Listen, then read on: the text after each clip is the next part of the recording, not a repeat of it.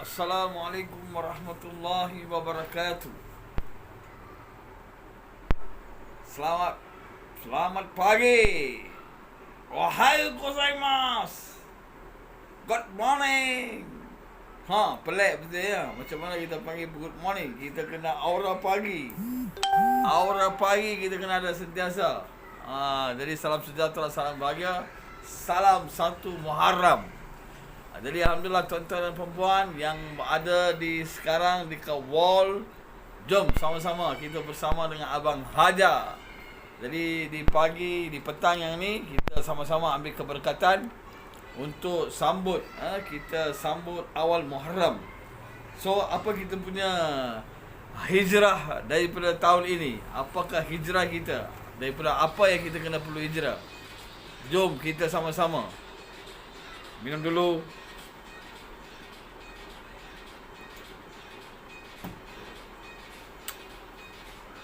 Okey, daripada ibrah daripada hijrah ni, apa kita nak buat? Apa pengajaran yang kita nak ambil daripada hijrah ni? Apa kita nak ambil? Apakah perubahan yang kita perlu buat dalam kehidupan kita ni? Dalam kehidupan kita ni apa kita perlu buat? Jadi kita start kita ni, kita kena ada hijrah. Hijrah daripada pemikiran kita, hijrah daripada pendengaran kita, hijrah daripada penglihatan kita, daripada pertuturan kita, daripada hati kita, daripada gerak-gerik kita, semua kita kena hijrah. Jangan kita duduk macam tu saja, kan? Keadaan, walau apa keadaan sekalipun, jangan kita kesal, jangan kita hampah, jangan kita putus asa dengan keadaan kita. Okey, apa keadaan pun kita perlu ada tindakan daripada kita, perlu ada perubahan daripada kita. Kita perlu ada azam, kita perlu ada tekad, kita perlu berjuang. Perjuangan kita yang pertama daripada pemikiran kita. Keluarkan pemikiran daripada pemikiran kita. Perkara-perkara yang kesat, perkara-perkara yang negatif, perkara-perkara yang akan menyebabkan kita down. Jadi kita perlu pada negatif yang baik, positif. Kita perlu ada aura yang positif, kita perlu ada pemikiran yang positif, kita perlu ada perkara-perkara yang baru dalam kehidupan kita. Kena ada anjakan paradigma. Jadi sentiasa kita positive thinking, sentiasa kita sangka baik kepada Allah SWT. Allah Ta'ala tak akan hampakan kita mengikut kita punya persangkaan kita. Kalau kita sangka tak jadi, maka tak jadilah. Kita sangka tak akan elok, maka tak akan eloklah. Maka kita sangka perkara ni tak akan memberi manfaat, maka dia tak akan memberi manfaat kepada kita. Jadi perkara ni akan memberi manfaat kepada kita selagi mana kita ada persangkaan yang baik kepada Allah SWT. Jadi mula dengan kita punya keazaman kita, daripada pemikiran kita, insya-Allah akan boleh, akan jadi, semuanya akan jadi beres. Semuanya akan jadi betul keadaan. Semua keadaan akan jadi betul. Semua perkara akan jadi betul. Semua kehidupan kita akan jadi betul. Semua ni akan jadi betul bila daripada pemikiran kita. Kita jom sama-sama kita hijrah. Hijrah daripada pemikiran kita. Hijrah daripada pemikiran kita kena hijrah. Kita kena sangka baik, kita kena azam yang baik. Sepanjang tahun yang akan datang, apa yang saya perlu buat. Jadi kita perlu plan, kita kena ada dream, kita kena ada impian, kita kena ada matlamat. Yang macam mana kita share sebelum-sebelum ini, yang mana kita perlu ada matlamat untuk hidup kita. Selagi kita tidak ada matlamat, selagi itu kita tidak akan ada arah untuk arah tuju kita. Untuk dapat arah tuju yang baik, maka kita perlu buat kehidupan kita dengan sangka yang baik.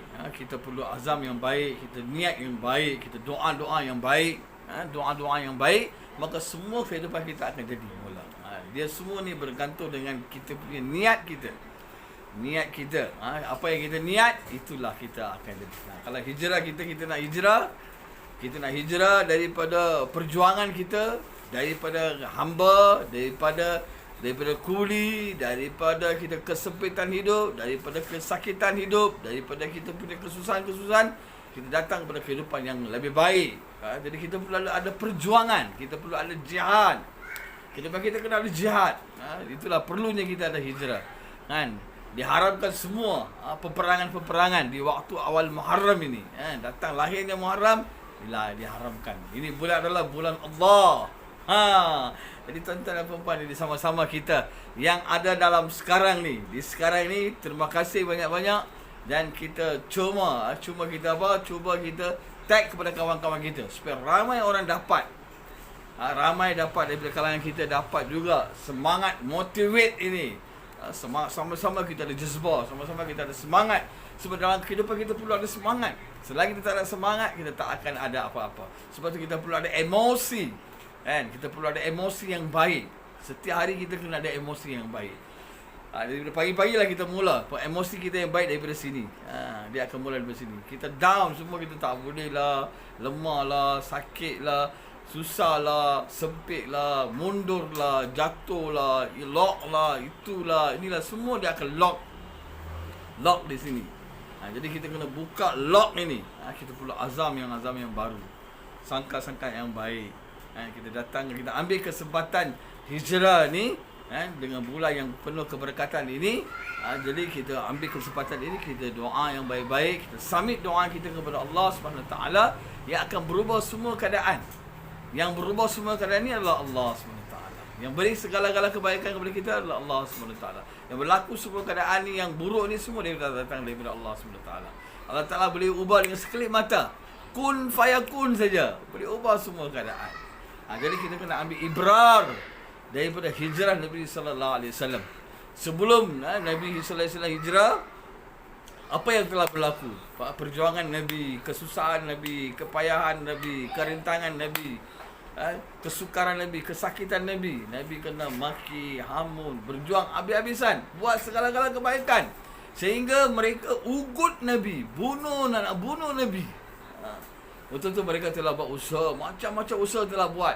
Macam-macam usaha telah buat untuk nak khatam Nabi sallallahu alaihi wasallam. Mereka usaha, seorang pun tak berani. Seorang pun tak berani tampil ke hadapan untuk nak bunuh Nabi sallallahu alaihi wasallam. Mereka takut apa yang keluarga-keluarga Nabi ni akan buat. Keluarga Manaf ni semua apa akan buat. Hashim apa akan buat kepada Nabi sallallahu alaihi wasallam. Hashim ni apa akan buat. Takut. Jadi mereka telah buat mesyuarat macam mana nak bunuh Nabi sallallahu alaihi wasallam. Nabi sallallahu alaihi wasallam telah berjuang habis-habisan. Datangnya iblis menyerupai manusia dengan hodoh, dengan rupa yang tua, datang duduk dalam mesyuarat mereka. Dan beritahulah di situ tip, kita kena ramai-ramai. Kalau nak bunuh Nabi sallallahu alaihi wasallam, kena ramai-ramai kena bunuh. Baru akan dapat kesempatan. Kalau tak ada, kita akan sangkut. Kalau ramai-ramai, tak tahu siapa dia. Jadi ini ada satu kesempatan, peluang. Jadi mereka telah usaha dah. Mereka telah buat pakat-pakat dan mereka telah datang satu tarikh untuk nak bunuh Nabi sallallahu alaihi wasallam. Jadi tuan-tuan dan puan-puan di sini, daripada sini kita ada berapa banyak pengajaran kepada kita. Macam mana perjuangan sahabat-sahabat di situ. Daripada sahabat-sahabat yang ada di sini, yang sebelum-sebelumnya mereka tak ada apa. Ada sahabat yang kaya raya, jutawan di situ, kan? Macam Khalifah Umar radhiyallahu anhu sangat tegar, sangat gagah, sangat berani. Tak ada orang yang berani mengancam Umar Khattab radhiyallahu anhu. Umar Al-Faruq yang menegakkan yang batil dengan hak. Ini Khalifah Umar radhiyallahu anhu, sifat Khalifah Umar radhiyallahu anhu. Yang mana sahabat-sahabat Abu Bakar Siddiq radhiyallahu anhu mempunyai sifat siddiqi, yang mana sangat jujur, sangat adil, daripada Abu Bakar Siddiq radhiyallahu anhu. Begitulah sahabat-sahabat yang lain, semua ramai sahabat-sahabat. Dalam ramai-ramai itu baru adalah beberapa ratus saja yang terima waktu Nabi sallallahu alaihi wasallam ada di Makkahul Mukarramah. Makkahul Mukarramah, Nabi sallallahu alaihi wasallam hanya dapat bawa dalam agama Islam adalah beberapa ratus sahaja. Jadi inilah di antaranya sahabat-sahabat, mereka telah berjuang habis-habisan dengan Nabi sallallahu alaihi wasallam. Mereka berjuang sama-sama Nabi.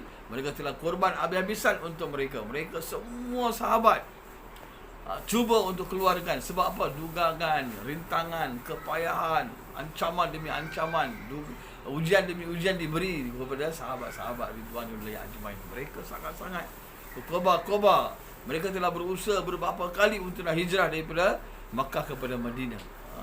Hijrahnya untuk maksud untuk apa? Hijrahnya maksudnya untuk nak bawa balik datang kepada Makkah. Bawa planning, cadangan, Macam mana nak bawa balik, benang balik, takluk balik Mekahul Mukarramah. Jadi tuan-tuan dan puan-puan di sini, Nabi sallallahu alaihi wasallam buat bukan kerja macam tu saja, tak ada. Nabi ada perancangan Nabi. Nabi ada perancang. Jadi kehidupan kita ni kita kena ada hibrar. Apakah hibrar Nabi sallallahu alaihi wasallam dalam kehidupan Nabi sallallahu alaihi wasallam? Dan sepanjang kehidupan Nabi, Nabi buat apa? Nabi macam mana merancang? Nabi sallallahu macam mana buat? Dalam Nabi keadaan macam tu pun, Nabi Al-Amin ini diugut, dibuat macam-macam pun, mereka juga bagi kepada Nabi sallallahu alaihi wasallam kepercayaan, harta ataupun mereka punya barang-barang keemasan yang bernilai tinggi ni pun mereka serah kepada Nabi sallallahu alaihi wasallam. Tinggal ke rumah Nabi sallallahu alaihi wasallam. Sebab tu Nabi sallallahu alaihi wasallam sebelum hijrah Nabi sallallahu alaihi wasallam daripada Makkah ke Madinah, Nabi sallallahu alaihi wasallam telah beritahu ambil ganti tempat Nabi Sayyidina radhiyallahu anhu, Sayyidina Ali radhiyallahu anhu, karamullahi wajhaha. Sayyidina Ali karamullahi wajhaha digantikan tempat Nabi sallallahu alaihi wasallam. Untuk apa? Untuk nak pelihara. Kalau datangnya mereka untuk nak bunuh Nabi, maka itulah tempat dia. Seolah-olah ada tempat, ada pengganti. Dan di rumah dia, rumah Nabi sallallahu alaihi wasallam penuh dengan harta. Jadi tuan-tuan dan puan-puan di sini, jadi hari ini kita kena syukur Allah SWT telah beri peluang kepada kita. Masih lagi Allah bagi peluang kepada kita. Apakah keazaman kita, apakah hibrah daripada kisah-kisah yang Nabi SAW, sahabat-sahabat yang telah mereka berjuang. Satu sahabat yang nama Su'aib radhiyallahu anhu, bila keluar, dia keluar daripada Mekah ni bukan orang biasa, seorang jutawan, harta yang begitu banyak, tinggal di Mekah semata-mata untuk nak mempertahankan agama. Mempertahankan agama, mempertahankan akidah, mempertahankan iman, sanggup tinggal semua. Orang Mekah kejar Su'aib. Mereka kejar Su'aib radhiyallahu anhu. Sehingga macam mana? Sehingga Su'aib radhiyallahu anhu beritahu, saya ni orang yang handal memanah. Siapa yang datang dekat aku, mereka saya akan dibunuhkan. Saya akan panah mereka. Saya akan matikan kamu. Tapi saya bagi satu peluang kepada kamu. Di Mekah sana ada banyak harta, kan? Dan orang-orang Mekah ni sangat jealous. Suhaib radhiyallahu anhu yang datang sebagai seorang yang miskin, tak ada apa-apa, sampai ke Madinah, buat bisnes, jadi jutawan dekat Mekah. Ini sahabat-sahabat tuan-tuan. Sahabat-sahabat ni bukan orang-orang biasa. Mereka ni semua ada orang yang handal, bijak pandai. Mereka semua adalah orang cendekia kawan. Mereka semua pakar dalam bidang perniagaan mereka. Mereka pakar dalam perniagaan mereka. Mereka punya perniagaan memang dahsyat. Bukan sikit. Kalau sekarang banding dengan sikit sini, kalau memang jutawan lah, kan? Jutawan. Sebab tu Abu Lahab telah memberi offer kepada orang-orang kafir Quraisy, supaya siapa-siapa yang tangkap Nabi sallallahu alaihi wasallam akan diberi 100 ekor unta kepada mereka. 100 ekor unta. 1 ekor unta bernilai lebih kurang duit kita 8,000, 10,000. Kalau 100 ekor, kalau cuba kita kira tu, berapa ratus ribu yang mereka dapat bila dapat tangkap, sama ada hidup ataupun mati baginda Muhammad sallallahu alaihi wasallam. Tengok macam mana mereka punya kemarahan mereka. Kerana apa? Kerana dakwah Nabi sallallahu alaihi wasallam. Dakwah, kita buat dakwah, akan datang ujian. Sama juga, kita akan datang ujian. Orang tak akan suka. Orang tak akan suka bila kita buat dakwah. Jadi apa Nabi buat? Nabi buat terusan. Ugutan datang macam-macam. Macam-macam datang kepada Nabi sallallahu alaihi wasallam untuk nak suruh berhenti Nabi sallallahu alaihi wasallam. Sehingga mereka beritahu, wahai Muhammad, apa kau nak? Kau nak memerintah? Kami bagi pemerintahan pada kamu. Kau nak wanita? Kami bagi wanita pada kamu. Kau nak harta? Kami bagi harta pada kamu. Harta, takhta, wanita mereka offer kepada Nabi sallallahu alaihi wasallam. Nabi sallallahu alaihi wasallam tak ambil semua tu. Apa Nabi ambil? Apa Nabi beritahu? Nabi sallallahu alaihi wasallam beritahu, kalaulah kamu mungkin dapat beri matahari, kalau kamu boleh bagi matahari di tangan kananku, bulan di tangan kiriku, kalau boleh bagi pun, saya tak akan tinggal dakwah. Sebab itulah mereka telah buat keputusan, Nabi sallallahu alaihi wasallam tak akan tinggal. Mereka beritahu Nabi tak akan tinggal. Nabi sallallahu alaihi wasallam tak akan tinggal. Jadi kita akan buat keputusan. Kita akan datangnya perintah Allah SWT, wahai Nabi, kau hijrah daripada Mekah pergi ke Madinah. Beritahu pada Allah SWT beritahu kepada Nabi sallallahu alaihi wasallam. Perintah Allah SWT sebelum-sebelum tu dah beritahu pada Abu Bakar Siddiq radhiyallahu anhu, sahabat, kau teman aku, sahabat karib. Abu Bakar Siddiq radhiyallahu anhu, As-Siddiq, bersama-sama teman aku. Abu Bakar Siddiq tunggu, menunggu jadi. Tunggu kedatangan Nabi. Bila Nabi akan datang bawa saya bersama-sama hijrah. Dahsyat pengorbanan sahabat-sahabat tuan-tuan dan perempuan. Abu Bakar Siddiq radhiyallahu anhu banyak harta, kaya. Berapa kedai ada? 8 kedai, 7 kedai ada bagi untuk agama Allah SWT. Satu demi satu kedai bagi untuk agama, untuk mengembangkan agama Allah SWT. Ini apa kita ada? Kita bagi untuk agama. Kita ada. Adakah kita? Jadi kita ada, alhamdulillah, masya-Allah, tabarakallah. Jadi kita berterusan, kita kena ada, kita kena sumbang untuk agama. Hari ni malangnya kita take from Islam saja. Kita ambil daripada Islam saja. Kita tak bagi untuk Islam. Ramai orang hari ni tangan di bawah. Kurangnya orang tangan di atas. Jadi kita kena jadi tangan-tangan yang orang yang di atas. Macam mana sahabat-sahabat. Ramai Abdurrahman bin Auf. Sangat-sangat kaya.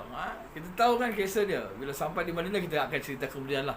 Kisah Abdurrahman bin Auf. Beliau pun adalah seorang yang kaya. Tinggal berada di Mekah, perniagaan mereka laris, maju, kaya, himpun banyak harta. Dan begitulah sahabat-sahabat yang lain. Mereka conquer ekonomi. Ekonomi dalam tangan mereka. Sebab tu mereka orang jealous. Kan? Hari dunia pun sama juga. Bila kita lebih, orang akan kecam kita. Bila kita lebih buat kerja, orang akan kecam kita. Orang akan halau kita. Mereka tak senang bila kita ada di situ. Mereka tak akan senang. Mereka akan rampas kita. Mereka akan halau kita.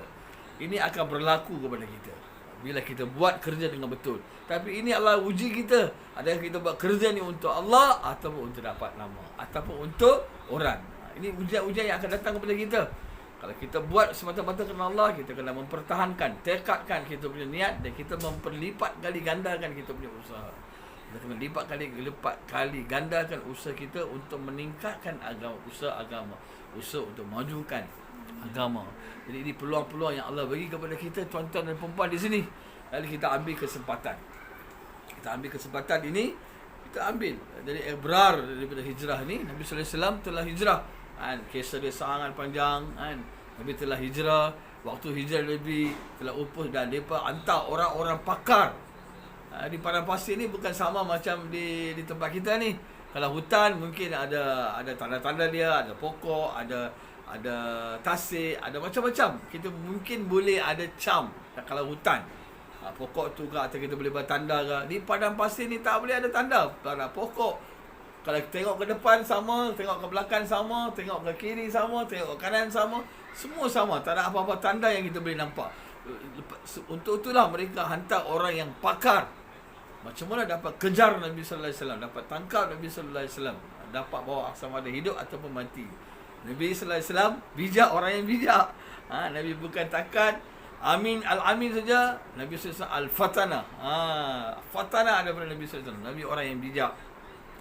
Al-Amin, Fatana, Siddiq, Tabligh. Nabi sallallahu alaihi wasallam bijak. Nabi bukan mengarah terus pergi ke Madinah. Nabi ambil long cut. Nabi ambil long cut menuju ke Yaman dan terus pergi kepada Mekah. Nabi di situlah mereka, Nabi SAW telah plan dalam perjalanan itu. Jadi apakah pengajaran kepada kita? Nabi telah buat perancangan macam mana nak pergi daripada Mekah ke Madinah. Nabi pergi terus kepada Tursina, Jabal Tursina. Jadi dalam perjalanan bukit ni, bukit bukan tinggi sangat, dan bukit-bukit ini bukan kecil. Dia kecil saja, tak sama macam gua-gua di kita di sini. Gua Sur. Namanya Gua Sur. Bukan tempat yang besar, bukan yang tempat susah nak cari. Senang saja kalau dapat sampai kat situ. Mereka punya kepakaran mereka, kemahiran mereka, orang yang mereka bawa upah, bawa orang yang pandai, handal ni, dapat sampai Gursina. Dapat sampai Gursina, dan mereka cuma tak masuk saja sebab Allah Ta'ala pelihara mereka. Dah sampai dah, kejar dah, sampai dah. Nabi dah duduk dekat dalam gua tu selama beberapa hari. Dan bila masuk, tak ada sarang laba-laba, ada sarang merpati. Dalam kitab beritahu. Jadi Nabi masuk dalam tu, duduk boleh tengok, tak jauh. Walaupun mereka sampai di situ, Kalau mereka jenguk tengok, mungkin boleh jumpa, boleh nampak kedudukan mereka. Kedudukan baginda Muhammad sallallahu alaihi wasallam dengan Abu Bakar Siddiq radhiyallahu anhu. Bila ketika itu Abu Bakar Siddiq radhiyallahu anhu dah gelisah dah rasa takut. Cuak biasa, kita manusia biasa, kan? Bukan orang biasa, manusia biasa. Apa kata Nabi sallallahu alaihi wasallam? Wahai Abu Bakar Siddiq, jangan kamu risau. Jangan kamu risau. Sesungguhnya Allah bersama-sama dengan kita. Allahu Akbar. Allah bersama-sama dengan kita. Dan Abu Bakar Siddiq sangat sedih. Kita sekarang beberapa orang saja ni duk kejar ni agama, tak tahu macam mana ni agama ni nak masuk, nak pergi pada seluruh alam. Jangan kamu risau, jangan kamu sedih. Akan datang satu hari nanti, semua pintu-pintu rumah ni, setiap rumah di sini akan ada terimanya orang Islam. Akan terimanya. Orang akan terima agama. Jadi ini perjuangan dengan pengorbanan. Satu pengorbanan yang Abu Bakar Siddiq radhiyallahu anhu satu malam ni, dikatakan satu malam pengorbanan Abu Bakar Siddiq radhiyallahu anhu nak bandingkan semua pengorbanan sahabat-sahabat tak akan sama. Seluruh pengorbanan sahabat-sahabat ridwanullah ajma'in tak akan sama satu malam pengorbanan Abu Bakar Siddiq radhiyallahu anhu bersama Nabi sallallahu alaihi wasallam. Ini pengorbanan yang sangat dahsyat. Abu Bakar Siddiq gadai nyawa, tuan-tuan. Sahabat-sahabat gadai nyawa, gadai diri, dia kata sanggup tinggal. Adakah kita sanggup buat macam tu? Adakah kita sanggup buat macam tu? Kita mungkin boleh cakap lah, kan? Kita boleh cakap daripada kisah ni, kita boleh cakap daripada peristiwa ni, kita boleh cakap daripada cerita ni. Kita boleh cakap, kita boleh cerita saja. Adakah mungkin kita boleh buat? Itu susah kita nak mengaku, susah kita nak beritahu di sini. Jadi walau macam mana sekalipun, kita kena buat pengorbanan untuk agama Allah SWT. Agama akan datang, agama akan maju jaya bila manusia, bila kita orang Islam sedia sanggup buat pengorbanan untuk agama Allah SWT. Selagi mana kita tak sanggup buat pengorbanan untuk agama Allah SWT, maka selagi itulah agama Allah SWT tak akan maju dalam diri kita, tak akan maju dalam dunia ini. Jadi tuan-tuan dan perempuan, di sini kita kena ambil iktibar pengajaran yang sangat dahsyat di sini. Jadi mereka telah, dan di situ juga daripada kisah itu, ini apa, dua orang, Abu Bakar Siddiq radhiyallahu anhu dengan Nabi sallallahu alaihi wasallam. Ketika itu Nabi sallallahu alaihi wasallam beritahu kepada baginda Abu Bakar Siddiq radhiyallahu anhu, Allah bersama-sama dengan kita. Tapi waktu Nabi Musa alaihi salam bila dikejar oleh Firaun laknatullah alaih dengan tentera beratusan ribu orang, yang mana dibawa oleh Musa alaihi salam dengan pengikut Nabi Musa alaihi salam lebih kurang 12,000 orang pengikut dibawa,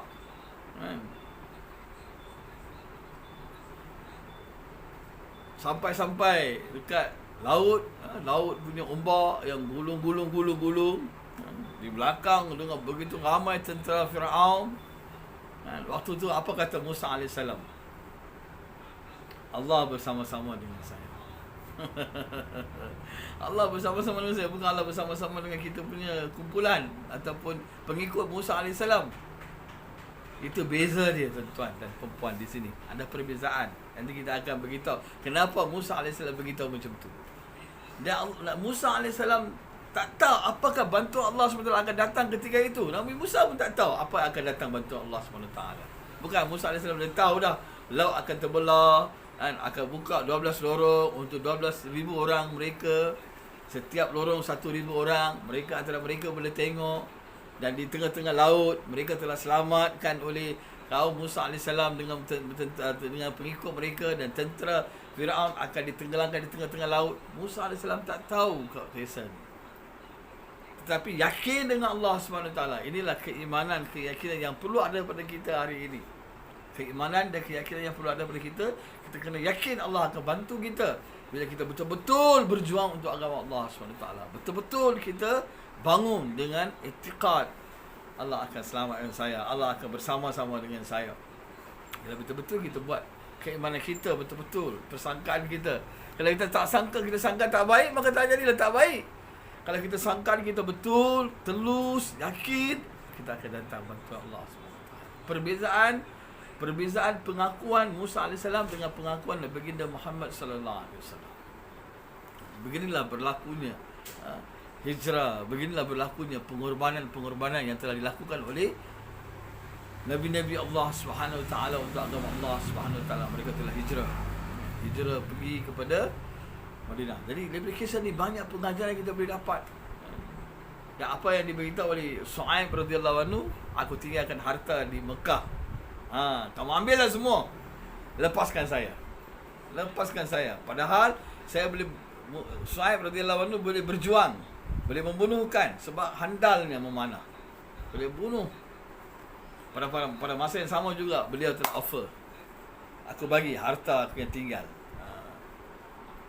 perniagaan, rumah, harta, kenderaan yang saya tinggal. Kerana apa? Beliau tahu apa yang mereka beliau buat.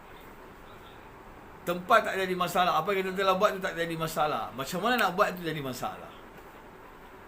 Beliau, Su'aib radhiyallahu anhu, boleh pergi ke Madinah, lepaskan dia, beliau boleh buat balik, boleh dapat balik pendapatan, kekayaan yang ada pada beliau. Su'aib radhiyallahu anhu boleh, mampu buat. Sebab tu ilmu yang ada menentukan pendapatan kita. Pengetahuan yang kita ada pada kita itu menentukan pendapatan kita. Begitu juga Abdurrahman bin Auf, begitu juga sahabat-sahabat yang lain. Mereka jadi entrepreneur, usahawan. Bukan mereka jadi seorang peniaga-peniaga yang kecil, bukan peniaga-peniaga yang biasa-biasa. Mereka jadi usahawan. Mereka mengeluarkan usaha dan mereka menjadikan, beri peluang kepada orang-orang yang lain. Bukan takat sebab itulah kita tengok tuan-tuan dan puan-puan, hijrahnya pedagang Islam merantau daripada Arab, daripada China, daripada Indonesia, daripada India, daripada mana-mana merantau ke seluruh dunia. Di semasa mereka ambil platform perniagaan, dagang-dagang, dan mereka juga ambil kesempatan untuk sebarkan agama Allah. Ini sejarah telah membuktikan kepada kita. Jadi apakah hijrah daripada kita? Apakah hijrah pemikiran kita, penglihatan kita, pendengaran kita, pertuturan kita, hati kita, tekad. Kita tekad. Kita buat perjuangan. Kita usaha. InsyaAllah Allah Ta'ala akan beri bantuan kepada kita. Jadi mengikut kita punya persangkaan kita kepada Allah Subhanahu Wa Taala, mengikut kita punya hajat kita, keinginan kita, macam mana kita nak buka peluang kepada orang lain. Orang lain pun nak berjaya juga. Orang lain pun kita nak bantu juga. Apakah peluang yang saya nak bagi kepada orang, kawan-kawan saya, saudara-mara saya di seluruh dunia. Platform kita untuk seluruh dunia kita boleh bagi peluang. Kita bagi buka peluang. Macam itulah sahabat-sahabat telah pergi. Mereka bawa rombongan macam mana baginda Rasulullah sallallahu alaihi wasallam pergi. Waktu beliau Nabi sallallahu alaihi wasallam sebelum dapat nubuah. Nabi pergi merantau, pergi Syria, Yaman, Jordan dan segala-galanya, Syam. Waktu tu Nabi telah hijrah untuk jadi peniaga yang handal, yang bijak. Sebab tu Khadijah yang ambil Nabi sallallahu alaihi wasallam. Jadi tuan-tuan dan mulia, kita semua aspek kita kena ikut Nabi sallallahu alaihi wasallam. Bukan takat kita punya ibadat saja. Semua aspek. Nabi handal, orang yang bijak, orang fatanah, bijaksana, hebat. Jadi banyak lagi lah tuan-tuan dan perempuan. Jadi apa yang kita, hiburan yang kita boleh ambil, lebih kurang di sini yang Abang Hajar di-share di sini. Semoga sesi ini, semoga perbincangan kita, perkongsian ini dapat manfaat kepada saya, keluarga saya, adik-beradik saya, sekeliling saya, di kampung saya, di negeri saya, negara saya, seluruh dunia, seluruh alam, seluruh umat sampai hari kiamat. Inilah ilmu yang manfaat yang kita kena tinggalkan. Amal yang baik adalah tuan-tuan yang mulia, ahsana amalah, bukan maksud kata kita buat hebat dalam amal, tapi amalan yang hebat yang macam mana? Amalan yang terbaik. Apa amalan yang Allah SWT suka daripada kita. Bukan banyak amal Allah suka, tapi amalan yang macam mana amalan yang terbaik. Amalan yang disuka oleh Allah, amalan yang disuka oleh baginda sallallahu alaihi wasallam, amalan yang disuka oleh agama, untuk agama. Macam mana manfaatkan agama. Jadi setakat sinilah kita punya perkongsian di sini. Lebih kurang kita ambil masa 30 minit bersama Abang Hajar. Jadi kita usahakan supaya setiap hari kita dapat berbuat perkongsian untuk meningkatkan semangat saya sendiri pun, dan juga untuk keluarga saya dan juga kepada masyarakat umum, semua orang, tak ada satu orang pun dikecualikan. Semoga inilah platform yang kita ambil. Kita pun juga berduduk di landasan as-salafus solihin. As-salafus solihin yang mana mereka telah berjuang untuk agama Allah SWT.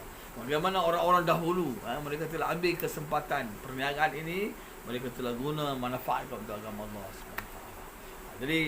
Jadi setakat situ sajalah perkongsian kita.